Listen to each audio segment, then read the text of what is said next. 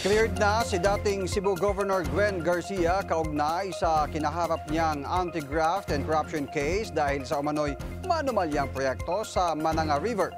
Positibo naman si Garcia na posibleng may mas malaking tao na nambubuyo sa likod ng complainant. Ang detalye sa Politico Update ni Marian Uy. Nalusutan na ni dating Cebu Governor Gwen Garcia ang criminal complaint ng isang Moises de Parini kaugnay sa umano'y desilting project sa Mananga River na ipinatupad sa kasagsagan ng El Nino noong 2024 sa Cebu. Ayon sa desisyon ng Ombudsman, lack of probable cause kaya na-dismiss ang kaso. Sa mensahe ng dating gobernador ng Cebu, nagpapasalamat siya sa naging desisyon ng Ombudsman. Tinawag rin niyang isang hapless pawn sa de Parini. Naniniwala si Garcia na may mas makapangyarihan pa raw sa likod ng complainant.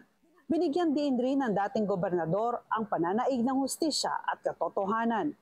Agosto 29 pa ang desisyon na ipinalabas ng Ombudsman. Isinampa ang kaso Abril 21 nitong taon. Sa kanyang social media page, ang complainant na si de Parini nagpaabot ng pagkakadismaya sa resulta ng kaso. As the complainant of Governor Gwen Garcia, dapat ipaagi gisaktong proseso. No? Sakto tong panahon ni Ombudsman Martires, but karon wala na gyud. No?